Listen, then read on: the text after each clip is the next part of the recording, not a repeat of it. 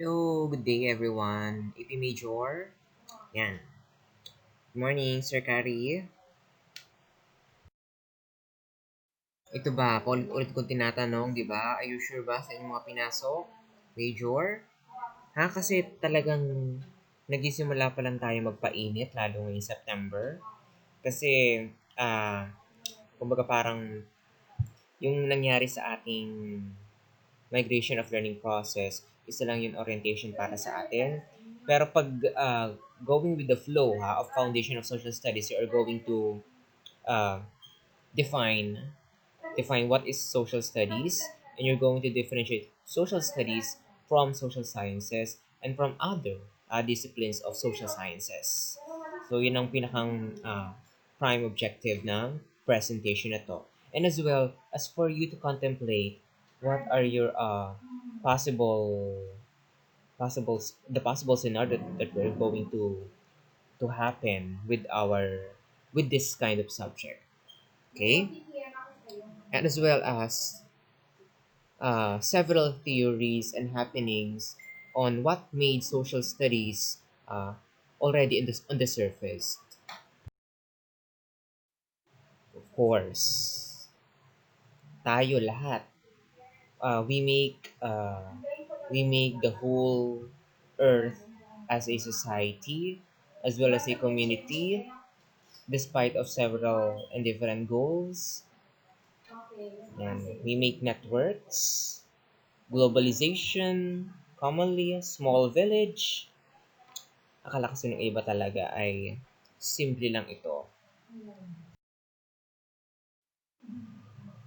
In this connection also, in this connection I would like to ponder ideas about how we how we manipulate or control our world. It's upon us people, di ba? How we treat the ecosystem, the geographical perspective, the spatial distribution, and everything. Although all of which subsequently lead to devastation, diba? Climate change, deterioration, depreciation, ano pa ba, scarcity, and other sort of, diba? Next, of course, poverty. Poverty, globalization, urbanization, the problem of urbanization, yan, population geography, ilan yan sa mga possible insights na maaaring madaanan natin. And then,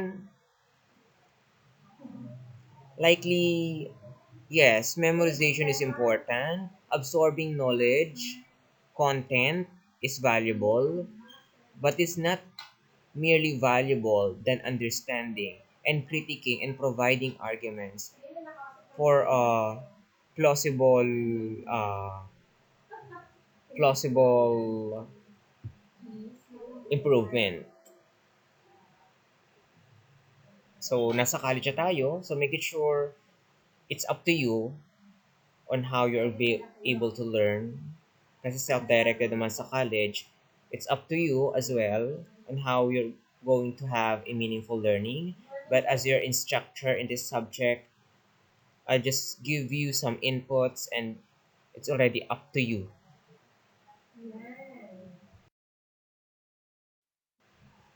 By the way, sana kilala nyo rin itong mga social scientists natin na nakalagay.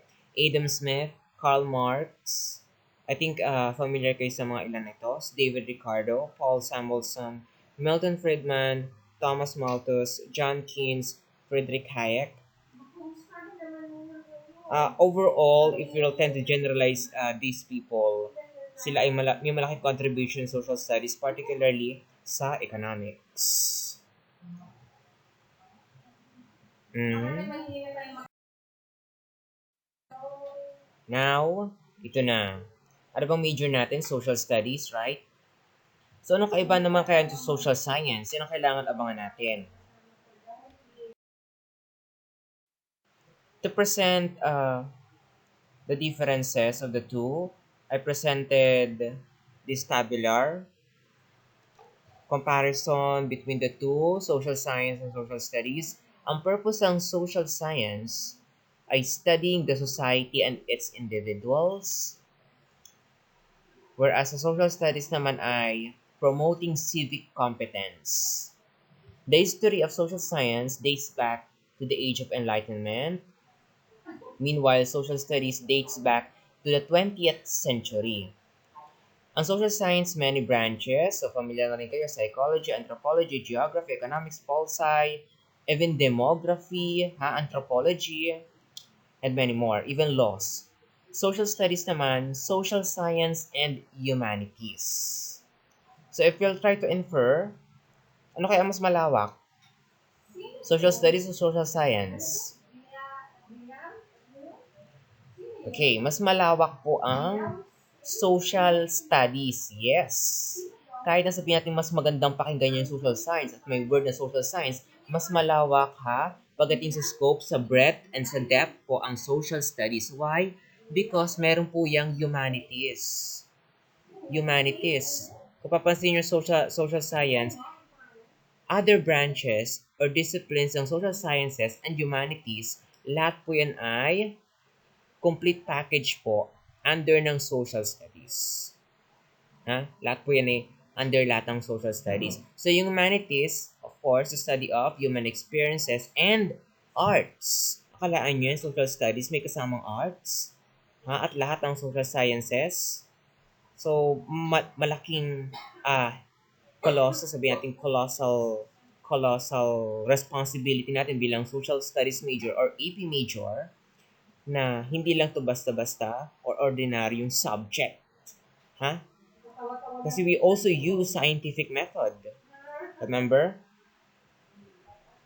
Take note of that, Okay. Next. Studies, to make it clear, let's have a vivid definition of social studies, is the integrated study of social science and humanities to promote effective citizenry or civic competence.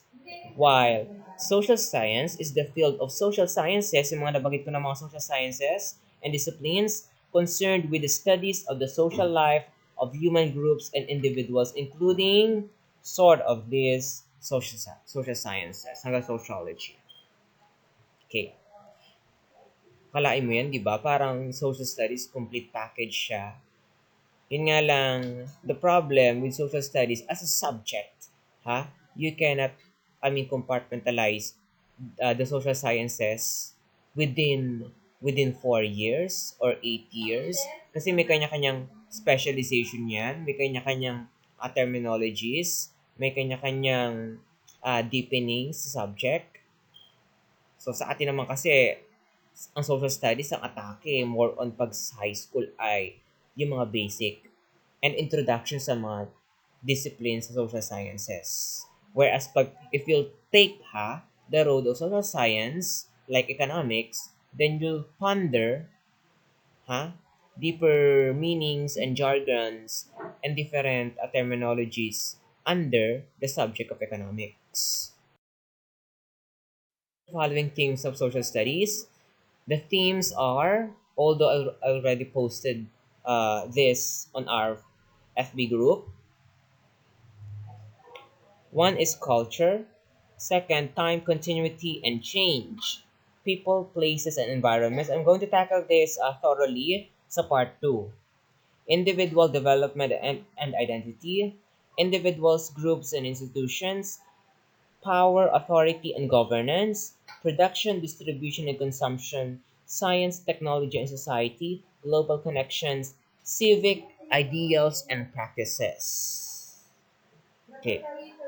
Papansinin nyo, kung ang social sciences, meron palang sociology, anthropology, and other disciplines, ang atake ng social studies ay through the use of themes. Kasi nga, hindi naman pinpointing ang social studies na, okay, production, distribution, consumption, lahat yan economics. No. Interrelated siya. Maaring interrelated siya sa anthropology, sa sociology, sa politics. Kasi kung sa perspective ng social science, ang production at distribution and consumption, yun nasa number 7, ang kanilang konsepto kaagad dito ay pupunta kaagad sa economics. Pagdating naman sa social studies, no, no, no, no, no, no. Kasi ito ay maaring integrated or interrelated sa iba pang field ng social sciences. At yun po ang ginagawang atake ng social studies. Hope this makes sense to you, no? Here may reference. Yan. Lagi nyo makikita lagi si NCSS. Yan. Now let's go. Let's discuss or tackle naman yung history ng social studies. Why? Ironically speaking, we tend to discuss history as an AP major. We tend to discuss or teach history to our students, but we don't know actually the history of social studies. Sabi nga sa mga estudyante ko, mag-graduate na ng graduate na ng social studies major. Pag tinanong ko sa kanila, gagaling sa history. Pero pag sa history ng kanilang field, ng kanilang specialization, hindi pa malabo. I mean, malabo talaga, sorry. Kasi, itong social studies kasi, nagsimula sa western part. Particularly sa UK and sa US. Kasi ang atake ng social studies, kanya-kanyang discipline, geography, di geography lang. Pag anthropology, anthropology. Kanya-kanyang field. Pero as a whole, ayan, wala. Okay, social studies educators have attributed the following positions according to Edward Wesley, no? That social studies equals social science. That disciplines of the social sciences should be the basis of the social studies curriculum. Third, subject matter is more important than method. Next, that problem solving, inquiry, and discovery are of little or no value at all pagdating sa social studies instruction. Last ay, that learning takes place according to the principles of behaviorism. To tell you honestly, lahat ng yan ay false pagdating sa social studies. Okay, try to remember that. Meaning of social studies are understood to be those whose subject matter relate to the organizational and development of human society and to a man as a member of social groups. Ito yung pinakang core principle, nagkaroon sila ng mismong operational definition or concrete definition ng social studies. Ito yung na-issue noong 1916. Kung totoo sa ito yung during the World War I. Nagkaroon ng Committee on Social Studies report. Yet, the name social studies hung on through all those decades because of its infinite adaptability, its capacity to adjust to the curricular needs and interests of students, as well as the changing ideas of educators. If you're going to read the different educators, yung mga past proponents natin ng mga theories, although eventually pupunta rin naman kayo doon. Magulo pa kasi nun nung subject ng parting 20th century, hindi malaman kung ano mismong concrete subjects. Una sa lahat, kanya-kanyang school of thoughts, kanya-kanyang ideals, kanya-kanyang beliefs, kung ano ang mas, hindi lang basta interesting, kung ano yung mas valuable for society. Kung isipin nyo, ito yung part ng World War I, hindi nila mawari. Ano ba ang dapat i-input natin, i-enshrine natin sa mga estudyante natin?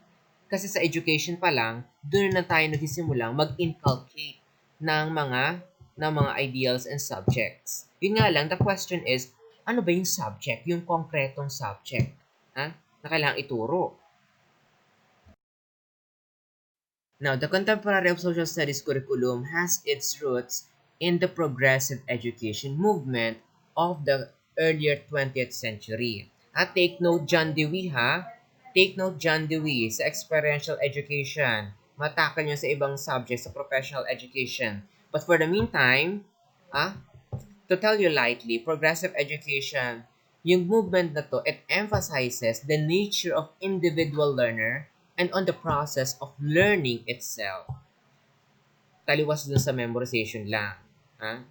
Taliwas lang sa basta pagalingan, pataasan ng grades. Ha? So progressivism, uh, it caters challenges and assumptions of the subject. Ha? It expands not only to the subject but also to the progression or the achievement of the students as a whole. Yan, papasin nyo, to lesser degree sa geography, civics were also featured completing the triumvirate. Okay, kasi ang common denominator lang talaga dito ay tao as a student, not just as a human being, but as a person. Okay, the emergent social studies, 1892, Madison Conference on the Teaching of History.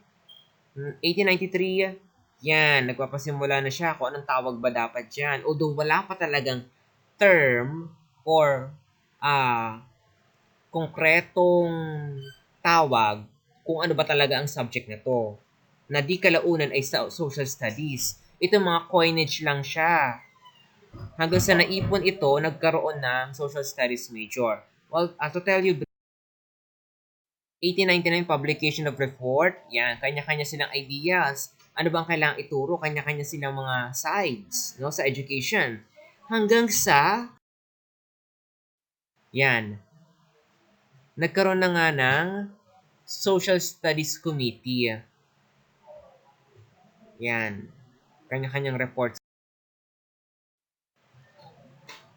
1921, take note, the organization National Council for the Social Studies, yan, nagsimula na siya. Bigyan linaw. Ito during World War, after the World War One, ha?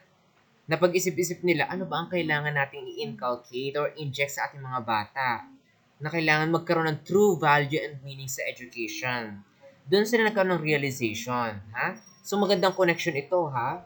Social studies after World War One, okay? National Council for the Social Studies. The National Council for the Social Studies was founded in 1921. Then I'll leave the rest to you. Ito yung overview ng ating Foundation of Social Studies. So I hope you learned something, and I'll post uh, the assessment on our FB group. So be updated. Thank you everyone. God bless.